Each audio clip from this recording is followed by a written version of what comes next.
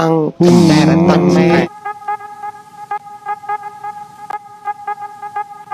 Halo CSku, berjumpa kembali dengan manusia Madasu di Easy Film. Baiklah, berikut ini gua akan meringkas band punk rock bernama Highlander. Mereka adalah legenda band punk dari Jepang yang karyanya telah diakui oleh dunia. Oke CSku, sebelum kita mulai seperti biasa, kita intro dulu guys.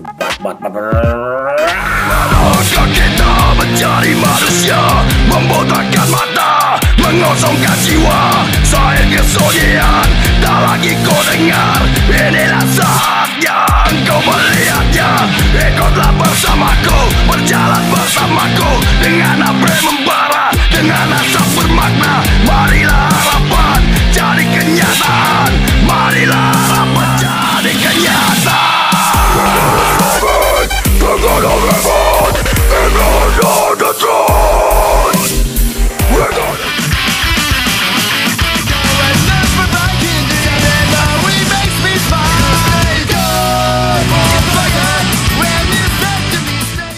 Scene dibuka oleh seorang pria asal Jepang bernama Akihiro Nanba atau yang lebih dikenal sebagai Nanba. Ia merupakan seorang musisi multitalenta yang dikenal karena permainan bassnya yang luar biasa. Di periode tersebut, tepatnya di tahun 90-an, musik punk mulai populer di kalangan anak muda setelah album milik band punk Inggris dan Amerika mulai tersebar di sana. Meski skena tersebut tidak sebesar gerakan visual kei di Jepang, namun musik punk terus menyebar melalui jaringan skena bawah tanah. Di sisi lain, ketika Nanba menghadiri acara komunitas untuk melihat penampilan band legendaris bernama X Japan, ia tak sengaja bertemu dengan Atsuhiko Matsumoto dan Ken Yokoyama. Hingga pertemuan tersebut membuat pertemanan mereka semakin akrab karena memiliki banyak kesamaan terutama dalam bermusik. Saking dekatnya, Matsumoto mengenalkan Nanba kepada teman baiknya bernama Akira Tsuneoka yang dikenal karena permainan drumnya yang luar biasa.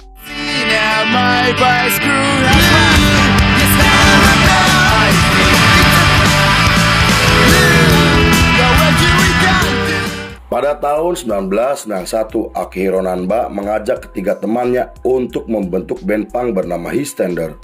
Hal itu bukan tanpa alasan karena ia terinspirasi oleh band NOFX setelah mendengar album ketiganya yang menurutnya luar biasa. Meski Matsumoto awalnya ragu, namun setelah diyakinkan oleh teman-temannya, ia akhirnya mau bergabung dan mulai melakukan sesi latihan dengan formasi Atsuko Matsumoto pada vokal, Ken Yokoyama pada gitar, Akihiro Nanba pada bass, dan Akira Tsuneoka pada drum. Secara musikal, mereka membawakan musik punk rock seperti band Amerika dengan menambahkan sedikit unsur crossover. Banyak band visual kei yang menambahkan unsur crossover ke dalam lagunya yang saat itu sedang populer di negara Jepang. Visual kei sendiri merupakan genre musik yang dikenal karena penampilannya yang nyentrik hingga mereka sering menggunakan kostum dan riasan wajah dan menata rambutnya yang telah menjadi ciri khas mereka. Di sisi lain, walaupun permainan Highlander cukup menakjubkan, namun mereka tidak pernah menggelar pertunjukan. Saat itu Matsumoto selalu menolak untuk tampil di atas panggung karena tidak pede jika harus bernyanyi di depan banyak orang. Meski begitu, Nanba dan kawan-kawannya tidak mempermasalahkan karena mereka tahu jika sejak awal Matsumoto tidak percaya diri ketika di hadapan penonton. Selain itu, Akira juga bercerita jika Matsumoto memang dikenal sebagai orang introvert.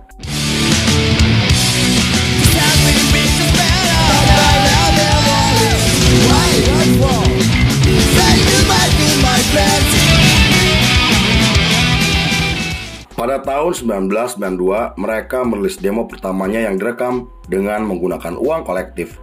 Tak disangka demo tersebut berhasil menarik perhatian banyak orang yang membuat mereka mulai dikenal di komunitas musik bawah tanah.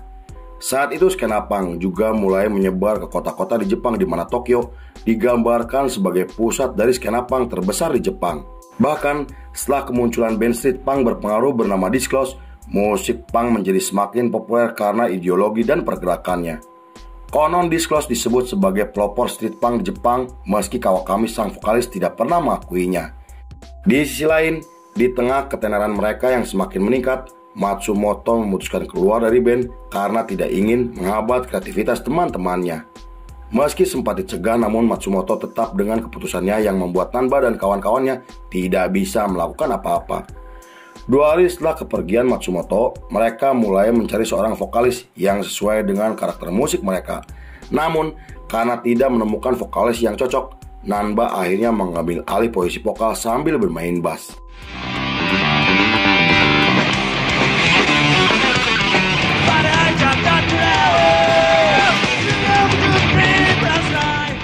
Dengan formasi sebagai trio, mereka mulai semakin konsisten untuk membuat lagu sendiri hingga tampil di berbagai acara komunitas. Mereka juga tetap memegang teguh prinsip untuk tidak bergabung dengan label besar apapun yang terjadi. Hal itu mereka lakukan karena mereka tidak percaya dengan industri musik yang selalu mementingkan keuntungan diri sendiri. Lalu setelah mereka merilis lagu terbarunya, nama mereka menjadi semakin terkenal hingga mulai memiliki basis penggemar yang luar biasa. Bahkan pada tahun 1993, mereka menggelar tur pertamanya yang semua tiketnya terjual habisnya dalam waktu yang singkat. Berkat ketenaran mereka yang luar biasa, banyak label di Jepang menawarkan kontrak, namun mereka menolak semua tawaran tersebut karena mereka lebih memilih untuk mendirikan label sendiri.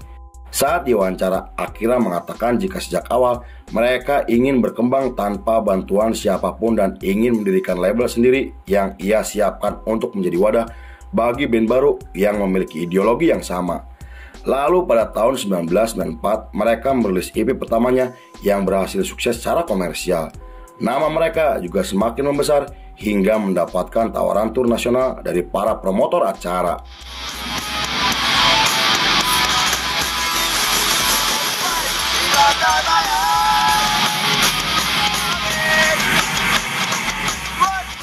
Tiga bulan kemudian, mereka kembali merilis EP album dengan menampilkan 2 lagu yang ditulis oleh Matsumoto pada tahun 1992. Mereka juga menggelar pertunjukan gratis di klub malam di Tokyo yang dihadiri oleh ratusan penggemar mereka.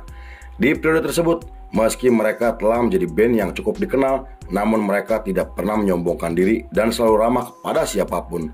Karena sikapnya tersebut, mereka semakin dikagumi oleh banyak orang, bahkan di luar dari skena punk. Pada tahun 1995, mereka terpilih sebagai band pembuka The Offspring dalam rangkaian tur di Jepang. Hal itu membuat nama mereka semakin dikenal secara internasional sampai dihubungi oleh Fat Mike dari NoFX. Dalam percakapannya, Fat Mike meminta mereka untuk mendampingi NoFX dalam tur di Jepang. Mendengar hal tersebut, Nanba langsung setuju karena ia merupakan penggemar dari NoFX. Sejak saat itu, Nanba dan Fat Mike mulai menjalin pertemanan yang sangat dekat hingga Fat Mike sering memberikan masukan agar musik mereka bisa berkembang. Fat Mike juga sampai mengundang mereka untuk datang ke Amerika agar bisa menggelar pertunjukan di sana.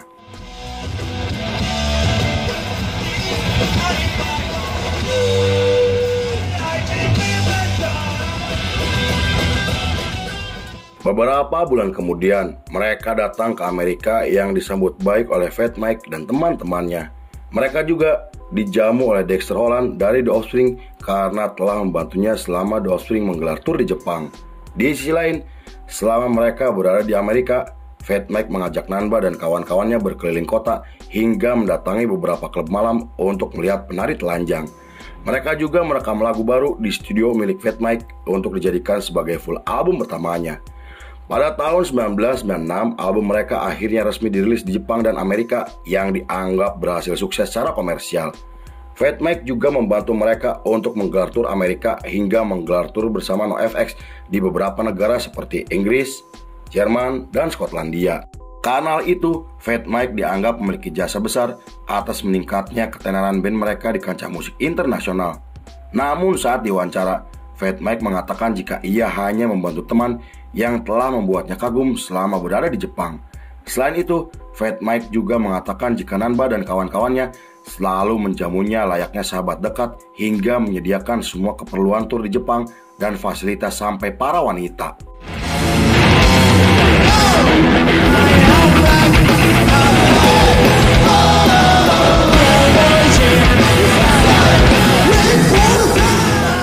Lalu ketika mereka kembali ke Jepang, Nanba dihubungi oleh Billie Joe Armstrong dari Green Day yang saat itu akan menggelar tur di Jepang. Billie Joe meminta Nanba untuk bergabung ke dalam turnya dan langsung disetujui oleh Nanba dan kawan-kawannya. Tur tersebut bisa dibilang sebagai tur tersukses yang pernah mereka lakukan sejak awal karir mereka. Karena selain mendatangkan ribuan penonton, tiket pertunjukan mereka juga terjual habisnya dalam waktu yang singkat. Bahkan, nama mereka menjadi semakin terkenal setelah menggelar tur bersama Rancid hingga menggelar pertunjukan di Kanada untuk pertama kalinya. Pada tahun 1997, mereka merilis album keduanya yang terjual 1 juta kopi di seluruh dunia hanya dalam waktu 2 minggu.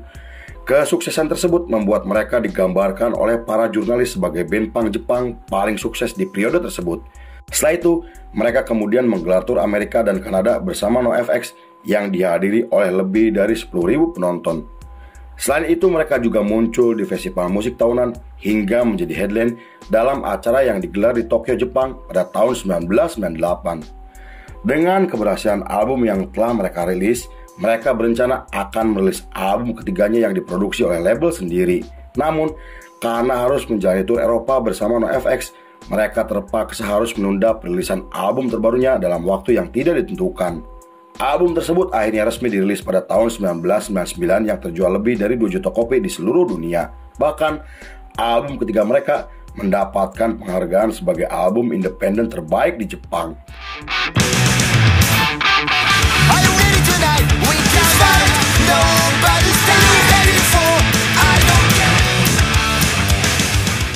Pada tahun 2000, mereka kembali menjadi headline di acara tahunan yang dihadiri oleh lebih dari 50.000 penonton. Namun pertunjukan tersebut menjadi penampilan terakhir mereka karena setelah itu mereka memutuskan untuk vakum sementara. Keputusan tersebut sangat disayangkan oleh banyak orang karena saat itu mereka sedang berada di puncak ketenarannya. Meski begitu, Nanba mengatakan jika keputusan yang mereka pilih demi kesehatan para personilnya yang telah berjuang selama bertahun-tahun.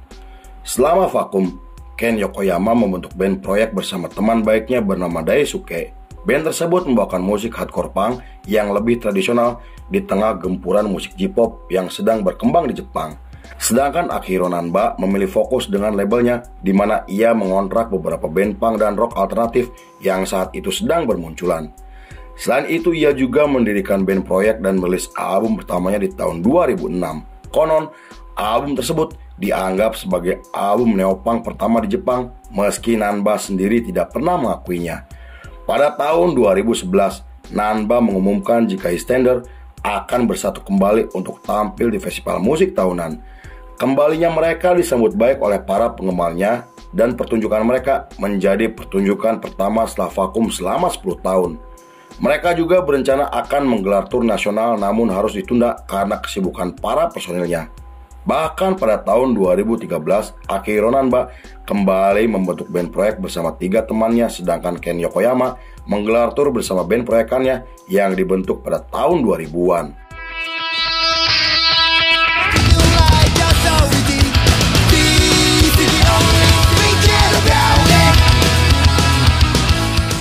Pada tahun 2015, NoFX menggelar pertunjukan di Tokyo untuk merayakan ulang tahun labelnya yang ke-25 tahun.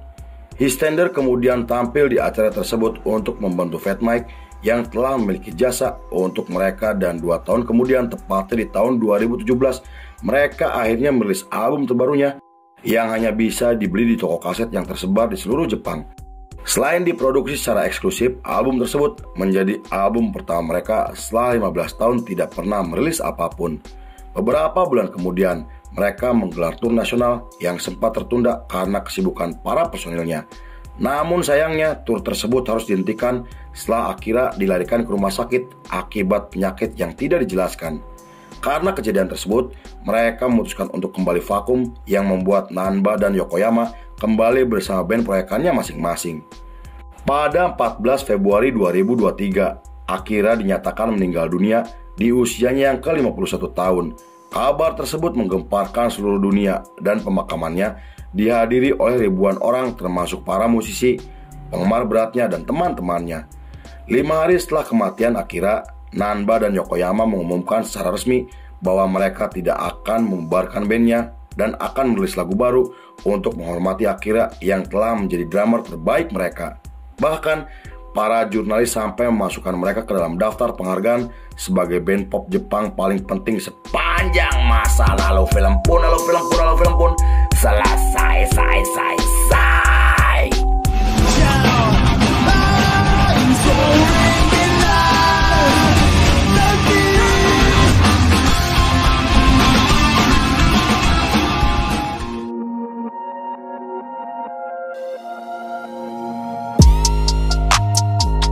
Musik adalah rasa, di mana semua ekspresi bisa dituangkan di sana. Baik, tukang cuangki. Oke, CSku, terima kasih sudah menyaksikan ringkasan ini gak selesai. Saya beserta jajaran Beranda Malam kembali pamit undur diri. Sampai jumpa di episode berikutnya.